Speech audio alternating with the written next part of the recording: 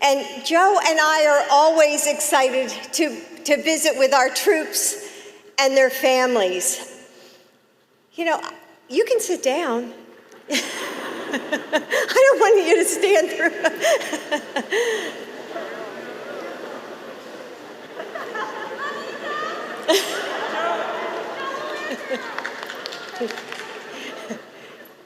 Joe, pay attention.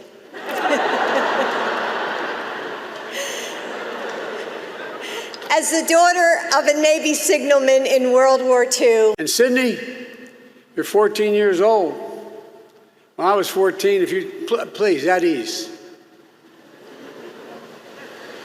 I keep forgetting I'm president.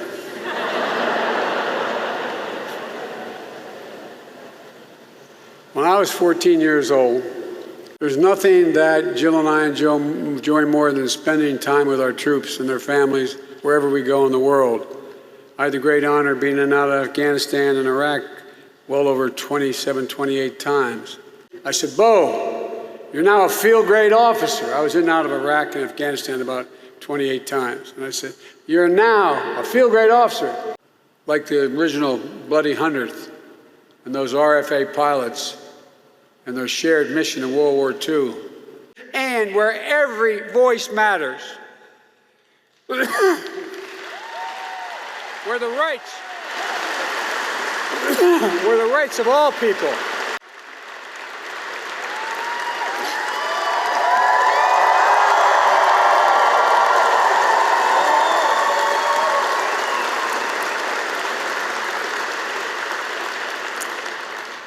Wow. What a warm welcome, Colonel Pennanon. And thank you and Melissa for all that you've done to lead and serve at this base.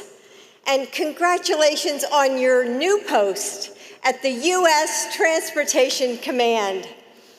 You know, it's wonderful to be here at Mildenhall. And for all the little kids here, I hope you enjoyed your movie, did you? Yeah?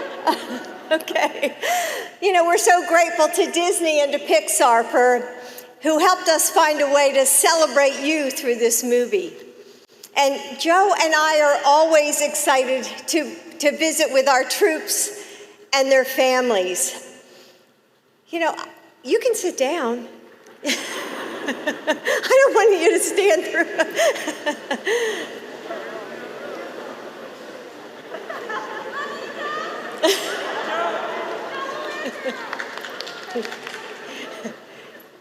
Joe, pay attention.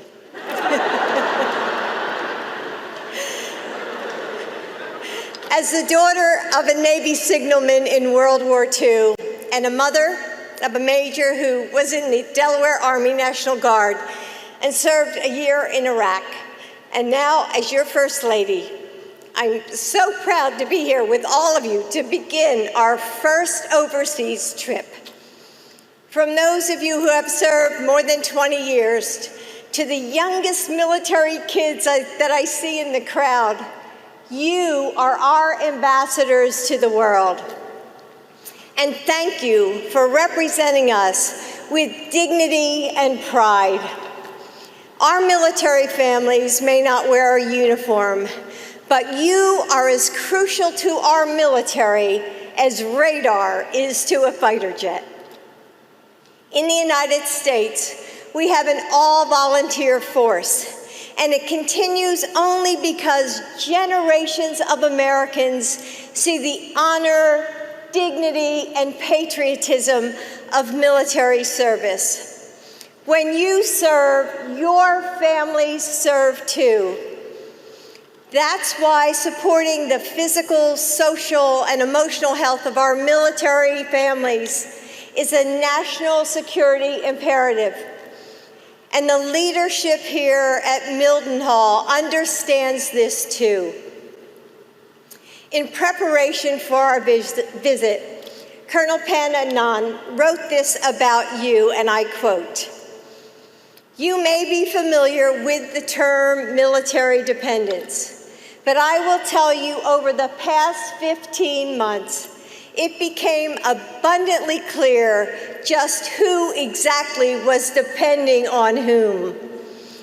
Our military families, already versed in sacrifice, are the true unsung heroes, end quote. And the Colonel is right, you are heroes, and you're Commander-in-Chief, and I believe that as well. And that's why supporting you is so personal to us and one of my top priorities. Through our White House initiative to support military families called Joining Forces, we're going to work on military spouse employment and entrepreneurship, make sure that you can get quality childcare when you need it, and provide the education that your children deserve. Finally, no one has more strength and grit and resilience than our military families. But you can't do this alone. We have to help you carry this weight by improving access to mental health resources, ensuring everyone can put food on the table, and supporting caregiving families and survivors. Joining Forces will expect every government agency to step up and be a part of this effort. We are going to make sure that the families of our service members and veterans, caregivers, and survivors have what they need to survive, to thrive. Our military is a community bound together by love. Love for our country, love for the men and women who serve beside you, your husbands and wives, your moms and dads, and love for the communities that you build together. And it's our obligation to match that devotion. May God bless all of you, our troops, and their families. And now, I'm excited to welcome our next speaker, someone who is so familiar with what it means to be a part of a military family, Sydney Glasscock. Sydney, I know growing up as the child of 2 service members comes with challenges, but it's also helped you to become the person you are today, someone with a broad and beautiful perspective of the world who is able to weather change and uncertainty. I hope that you know how special you are, and we are so grateful for your and your family's service. So, Sydney.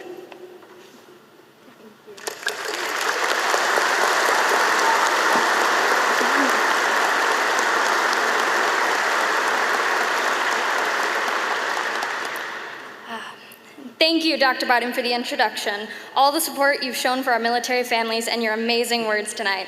Let's give her another round of applause.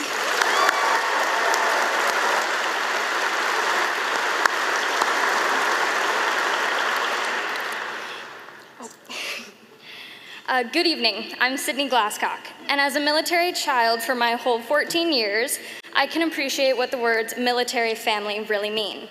With both my parents actively serving in the military, my mom is a command chief, and my dad currently deployed, I understand that military family involves more than just my family unit, but rather everyone in this room. Even if those of us here tonight don't share the same last name or bloodline, we always step up for one another at any given time. That's what makes each of you so special. That's what defines us as a military family. And that's what makes me incredibly proud to share this community with our next guest. Ladies and gentlemen, let us welcome our Commander-in-Chief, the President of the United States, Joe Biden. Hello, Mendenhall. Colonel, thank you for that introduction and your service leading this team in such a difficult time. Because we know that there's a whole family who serves. I also want to thank Melissa. I know your next assignment as U.S. Transportation Command starts soon. So congratulations and thank you, thank you, thank you.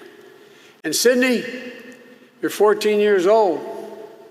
When I was 14, if you, please, at ease. I keep forgetting I'm president.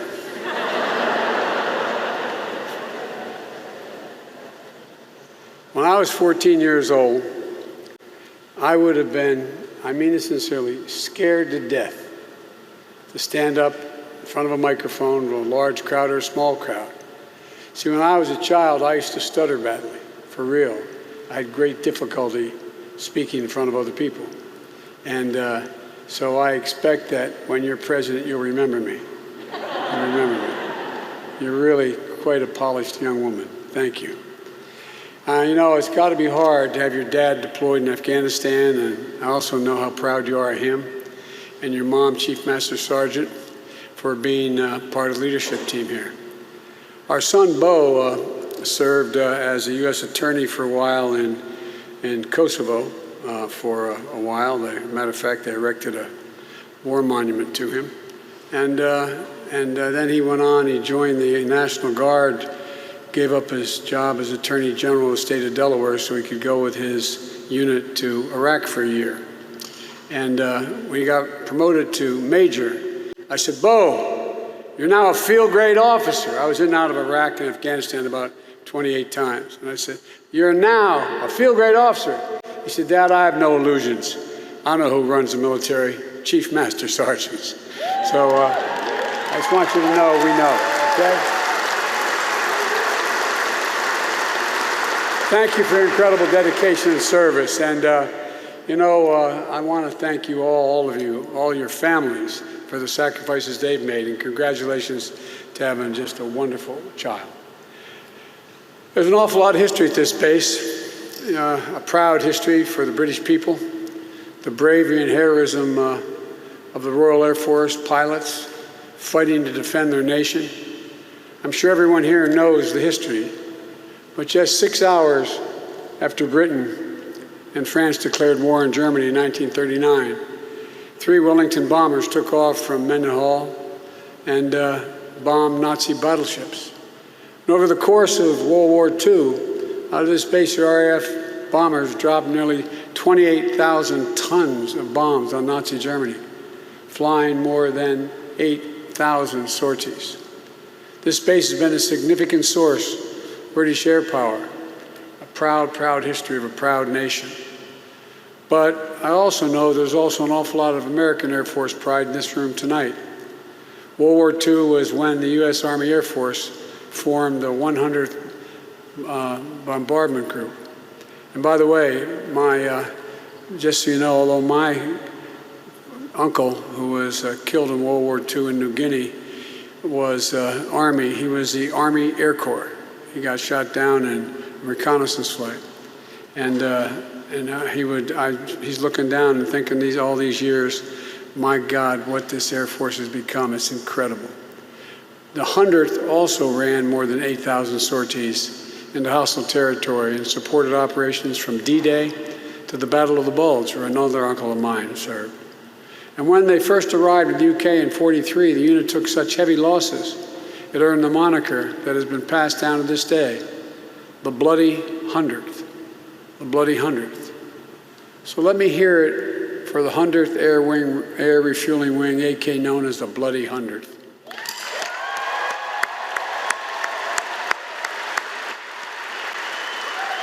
And what about 352nd Special Operations Wing? There's Team Reconnaissance.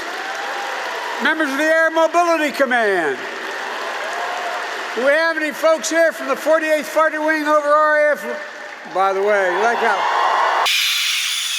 I think maybe the 501st Combat Support Wing from RAF Alconbury. And this may be a historic first for an Air Force base, but I hear there just might be a few members of the United States Army here tonight with us. Come on, man.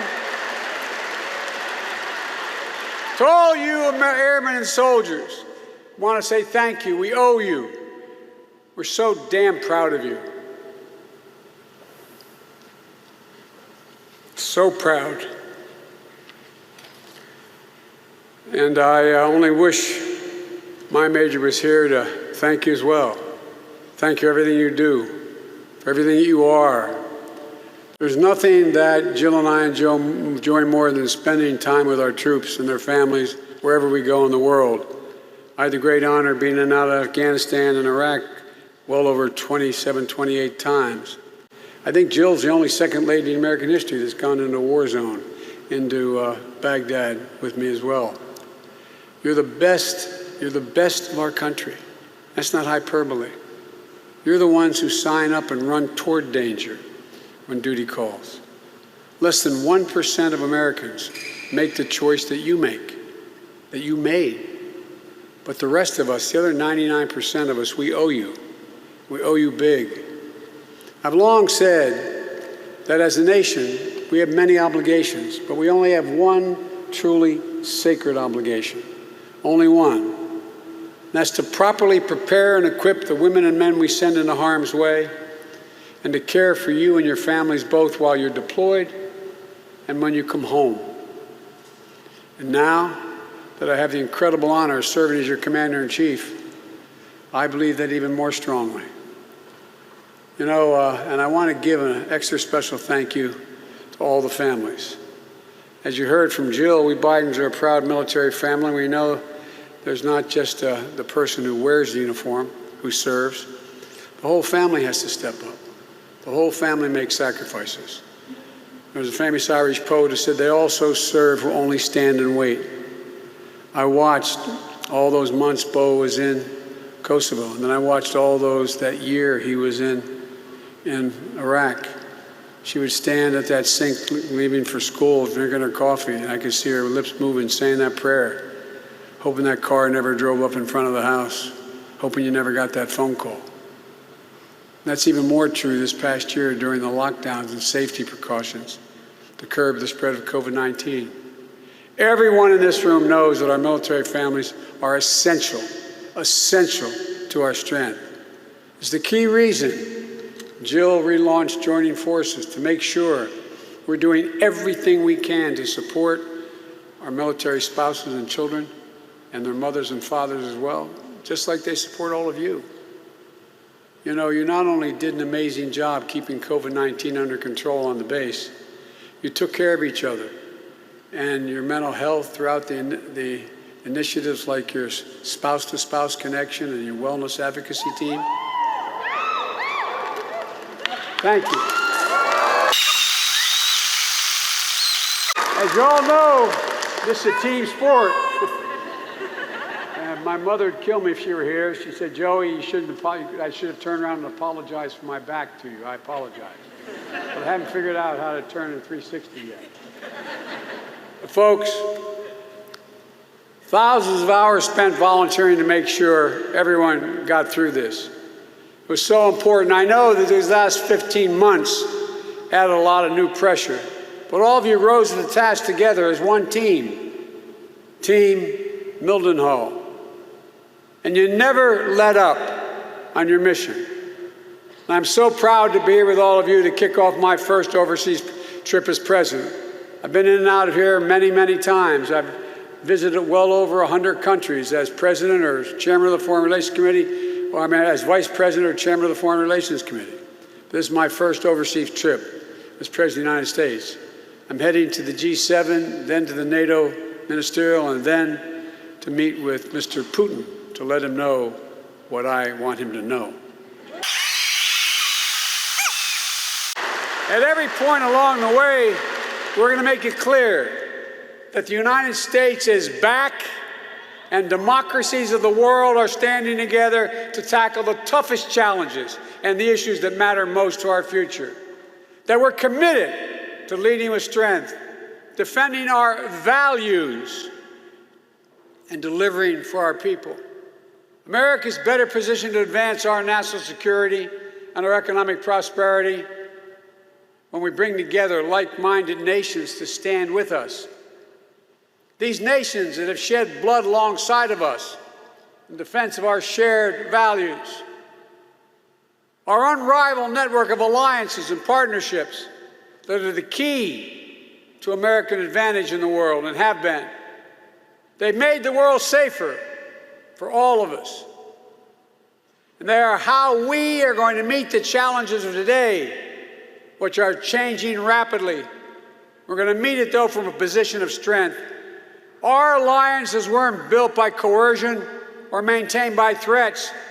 They're grounded on democratic ideals, a shared vision of the future, and where every voice matters. Where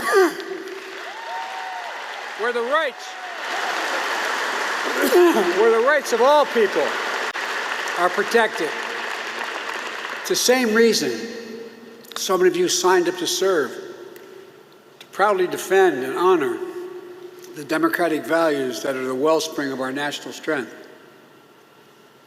If our British friends will excuse me quoting the Declaration of Independence, America is unique in all the world, and that we are not formed based on geography or ethnicity or religion, but on an idea. An idea. The only nation in the world founded on the notion of an idea.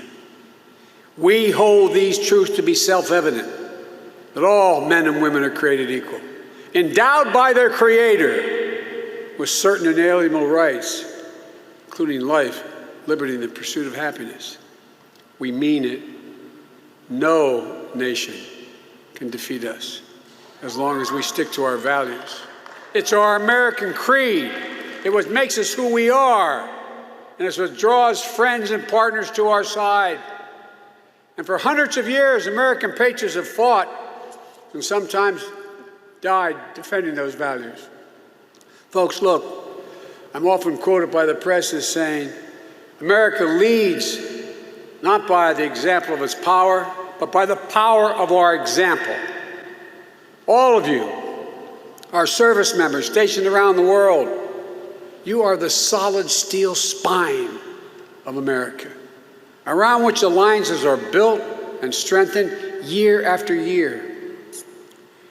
These partnerships have hardened and have been hardened in the fire of war, and generations of Americans and service members who fought them. Like the original Bloody 100th and those RFA pilots and their shared mission in World War II, flying, fighting, winning was done together. These bonds of history and shared sacrifice run deep and are strong, based on values, and they endure. The connections and camaraderie between our troops, this community of American citizens stationed in the UK, U.S. visiting forces and families, 20,000 strong, are not only warriors, you're diplomats and you're bridge builders. You are the essential part of what makes up this special relationship between Great Britain and the United States. Over the next few days, as I said, I'll be participating in meetings with many of our closest partners at the G70 in Cornwall, then on to Brussels, the NATO summit of the EU and the EU summit. This diplomacy is essential because no single nation acting alone can meet all the challenges we face today because the world is changing. To quote another Irish poet, he said, the world's changed utterly. A terrible beauty has been born. We're in a different place than we were 10 years ago. Better position, but a different place. We have to build the shared future we seek. Future where nations are free from coercion or dominance by more powerful states, where the global commons, the seas, the air, the space, remain open and accessible for the benefit of all. To tackle this century's most pressing challenges, we have to do it together. We have to end COVID-19 not just at home, which we're doing, but everywhere. There's no wall high enough to keep us safe from this pandemic or the next biological threat we face, and there will be others. That requires coordinated, multilateral action. We must all commit to an ambitious climate action if we're going to prevent the worst impacts of climate change, limiting global warming to no more than 1.5 degrees Celsius. lead the global transition to clean energy technology. You know, when I went over in the tank in the Pentagon, when I first was elected vice president with President Obama, the military sat us down to let us know what the greatest threats facing America were, the greatest physical threats. This is not a joke. You know what the Joint Chiefs told us the greatest threat facing America was? Global warming. Because there'll be significant population movements, fights over land, millions of people leaving places because they're literally sinking below the sea in Indonesia because of the fights over what is arable land anymore. With the G7, we plan to launch an ambitious effort to support resilience and development around the world by investing in high quality, high standard, physical, digital, and health infrastructures. We have to make sure that new technologies and norms of conduct in cyberspace are established, including addressing the growing threat of ransomware attacks. They're governed by our democratic values, not by the autocrats who are letting it happen. These are all critical national security issues in 2021, and we're going to be driving this agenda together with our G7 partners. In Brussels, I will make it clear that the United States' commitment to our NATO alliance in Article 5 is rock solid. It's a sacred obligation we have under Article 5. The U.S. and the UK are both founding members of NATO, the strongest military and political alliance in the history of the world, and that's not hyperbole. Our troops have stood shoulder to shoulder around the world, including serving bravely in the mountains of Afghanistan for the past 20 years. Our NATO allies have had our backs when it mattered, just like we've had theirs when it's mattered.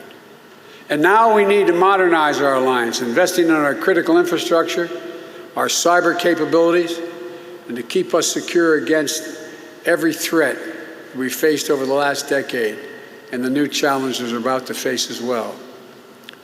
With the European Union leaders, I'll discuss how the United States can work with Europe to address the full range of issues that require the full strength of our transatlantic partnership, including working together to shape the new rules for the 21st century economies.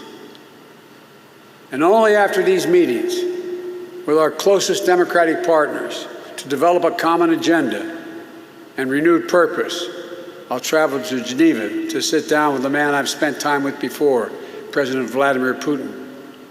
We're not seeking conflict with Russia. We want a stable, predictable relationship. Our two nations share incredible responsibilities, and among them, ensuring strategic stability and upholding arms control agreements. I take that responsibility seriously.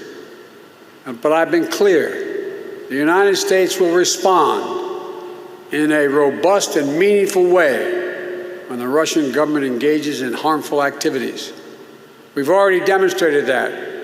I'm going to communicate that there are consequences for violating the sovereignty of democracies in the United States and Europe and elsewhere.